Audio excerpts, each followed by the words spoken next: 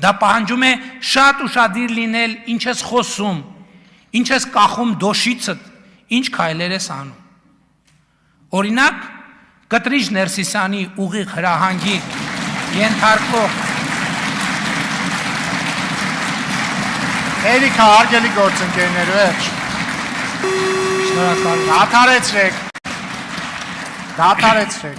շարունակեք, խնդրեմ, պարոն վարչապետ։ Ուղիղ հրահանգին ենթարկվող մի շարք հոգևորականներ, իմ տեսածն եմ ասում, սուրբ եւ անմահ պատարակների ժամանակ խորաններից կոչ են հղում Աստծուն, որ նա պահպանի Արցախի հանրապետությունը։ Այսպիսով եկեղեցին դարձնելով պատերազմի քարոզչության ինստիտուտ։ Սա ընդհանրապես շատ հետաքրքիր ֆենոմեն է։ Այս կոչերը հղում են, հետո ասում են եւ եւս խաղաղության Աստծուն աղաչեցուկ։ Այսինքն պատերազմի կոչ անելով Աստծուն պետք չի աղաչել խաղաղության համար, պետք է խաղաղությանը տեր կանգնել։ Պետք է ջանք գործադրել խաղաղությունը պահպանելու համար։ Սա մեկն է այն պատճառներից, թե ինչու պետք է հայաստանյաց առաքելական եկեղեցու փաստացի պետը հանգստի կոչվի, բայց միակ պատճառը չէ։ Իմ հանձնարարությամբ զեկույց է պատրաստվում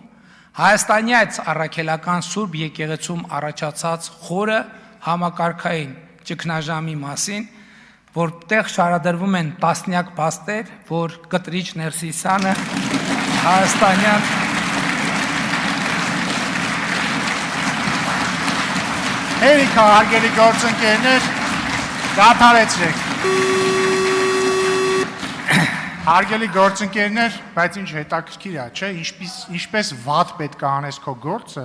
որ զբաղեցնես մի գահ, որը կոչվում է ամենայն հայոց, բայց ամեն անգամ, երբ որ քո անունը հնչի, պարակտում մտնի ամեն տեղ։ Ավելի լավ գնահատական քո վատ աշխատանքին հնարավոր չէ տալ։ Շարունակեք, պարոն վարչապետ։ Որ Կտրիչ Ներսիսյանը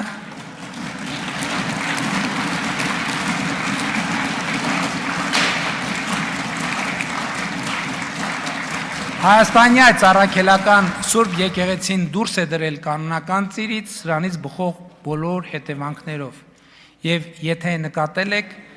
հայաստանյաց առաքելական Սուրբ եկեղեցու բարենորոգման օրակարգը նույնպես տեղ ունի կառավարության գործունեության ծրագրում։